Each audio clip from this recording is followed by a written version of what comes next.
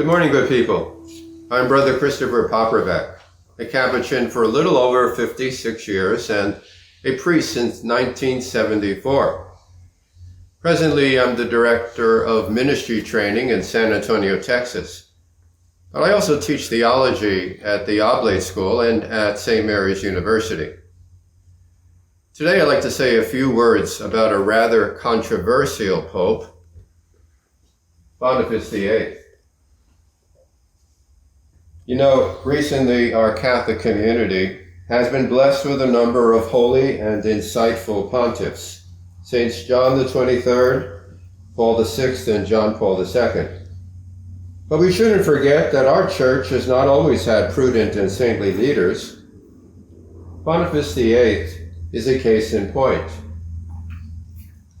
While he made some positive contributions, he also tried to resolve conflicts not through dialogue and reconciliation, but through excommunications, imprisonments, and even executions. There were many conflicts in the Europe of the time. His time as Pope parallels many of the issues we face today. For example, the Pope previous to Boniface was Celestine V, a hermit, who regretted his decision to accept his election as Pope. Accustomed to a life of prayer and penance, he was not ready for the very public responsibilities of the papacy.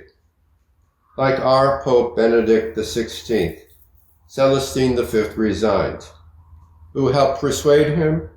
His successor, Boniface. And how did Boniface treat the Pope Emeritus? He threw him into prison, where he died soon afterwards. Boniface VIII was no friend of reform-minded Franciscans as well.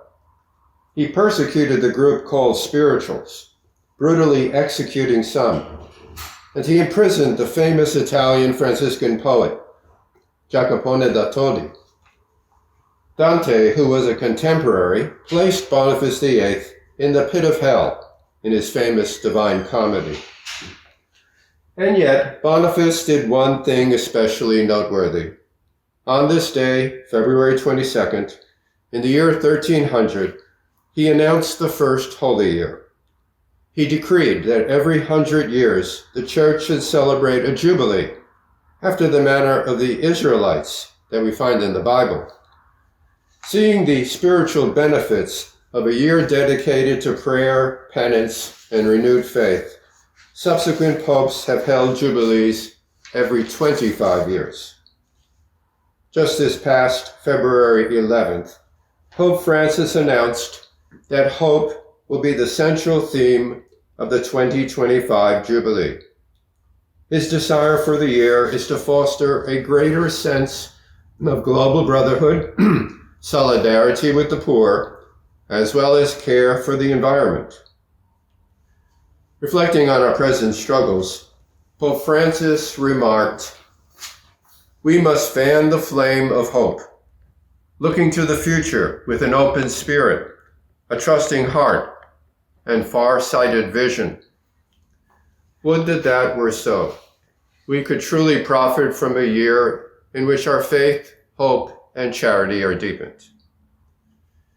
Thank you for supporting us with your prayers, and we want to pledge to you our ongoing support through the prayers of our community daily. God bless you.